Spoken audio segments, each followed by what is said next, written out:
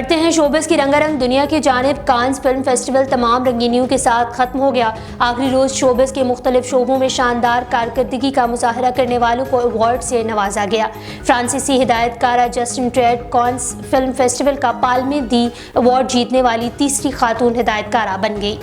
बॉलीवुड के नामवर अदाकार सुनील शेट्टी ने इंकशाफ किया है कि उन्हें 90 की दहाई में अंडरवर्ल्ड से फ़ोन पर धमकियां मिलती थी और उन्होंने उसे ज़ाती तौर पर डील किया।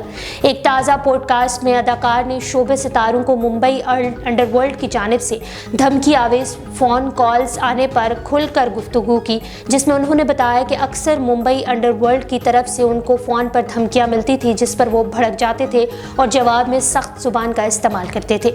अदाकार का कहना था कि उन्हें पुलिस ने समझाया कि वो सख्त जुबान में जवाब ना दे वरना अंडरवर्ल्ड नाराज हो जाएंगे और वो कुछ भी नहीं कर सकते। जबकि सुनील शेट्टी ने बताया कि उन्होंने अपनी फैमिली को कभी भी इसके मुतालिक नहीं बताया कि वो किस किस्म के हालात का सामना कर रहे हैं।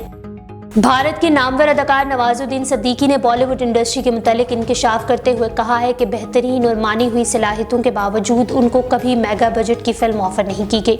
एक ताज़ा इंटरव्यू में अदाकार ने इस बात पर अफसोस का इजहार किया कि बॉलीवुड में कम सलाहियत वाले फनकारों को बासर लोगों के साथ ताल्लुकात की वजह से अच्छे फिल्मी किरदार मिल जाते हैं। नवाजुद्दीन सिद्दीकी ने कहा कि दरमियाने दर्जे के अदाकार इंडस्ट्री में ज़्यादा तवज्जो हासिल कर लेते हैं क्योंकि उनके पास दौलत और ताकत और दोस्त हैं जो उनके लिए मौके पैदा करते हैं। ऐसे औसत दर्जे के फनकारों के खिलाफ कोई नहीं बोलता क्योंकि उनके दोस्त बहुत ताकतवर होते हैं।